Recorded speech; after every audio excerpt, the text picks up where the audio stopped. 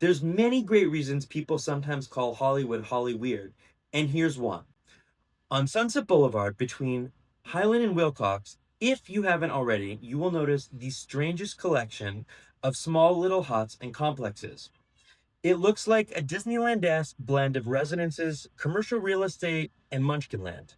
The little structures are all arranged communally like an anachronistic medieval European village with no indication or awareness whatsoever of the world around it. Thatched roofs, a snow white wishing well, Arab style windows and mosaics, an imposing central building that looks like it's a discarded set from a 1940s Broadway production of Anything Goes. It's just so strange. If all this was not odd enough, the place has been totally vacant and empty for the last 5 years at least. What the hell is going on? Like so much of the city's history, it goes back to the mafia.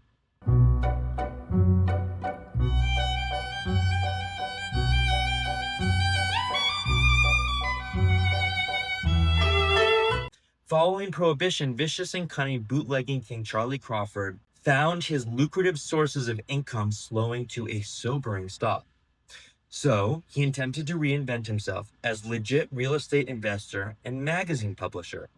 Crawford opened shop where this bizarre-looking bazaar is now. He attempted to atone for his colorful past one day at the neighboring St. Paul's Presbyterian by dropping a diamond ring into the collection basket. He and his business partner named their new magazine venture Critic of Critics, which was frequently used to call out city officials who often didn't behave much better than the gangsters themselves. But Crawford was so anxious about his old life catching up to him that he had his entire office closed off from any natural light except for one steel mesh skylight.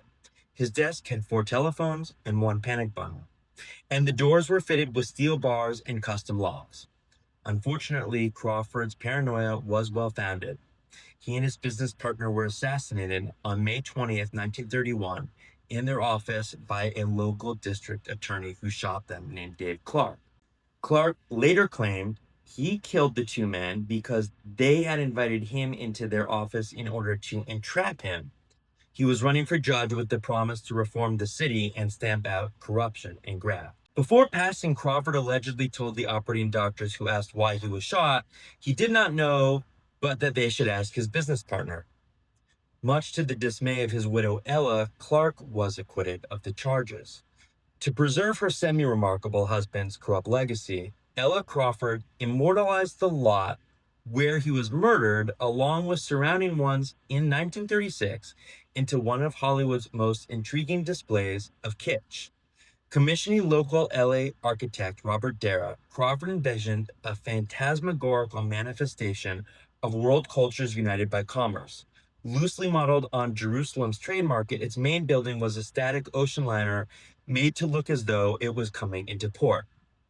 Originally, the Crossroads boasted vendors such as hand-dipped chocolatiers, perfumeries, and design boutiques. At one point, Alfred Hitchcock kept an office here. Porn idol John Holmes got his start from a magazine that briefly operated out of Crossroads, and Crosby, Stills, and Nash had a space there.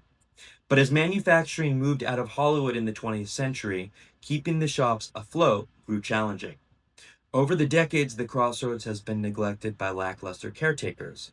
In the 70s, it was acquired by a developer named Morton Lacretz, who began a campaign to spruce it up again. When, in 2015, a mixed-use development plan threatened 7 Hollywood acres, including Crossroads, the old Hollywood Reporter Building, and several other historic sites, a coalition of local organizations stepped in to save them.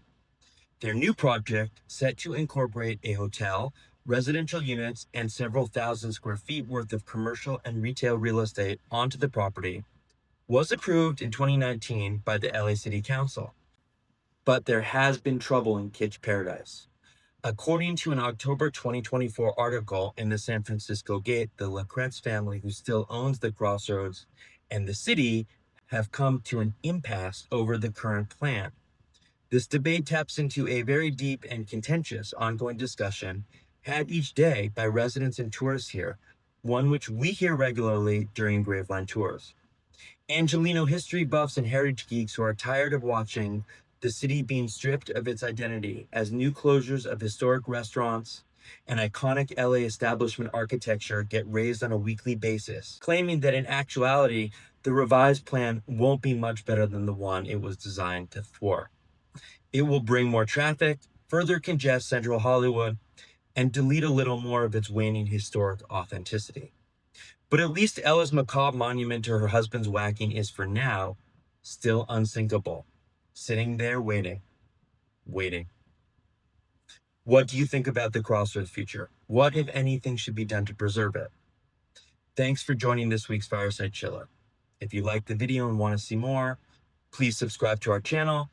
Follow us on IG, Facebook, and TikTok for great gruesome content. And be sure to sign up for your free LA Crimes delivery at www.graveland.rip. Next time in LA, buckle up, lawyer up, and ride our Gangster's Paradise funeral limo tour, where you will come see this crazy crossroads for yourselves. And above all, remember, you only die once.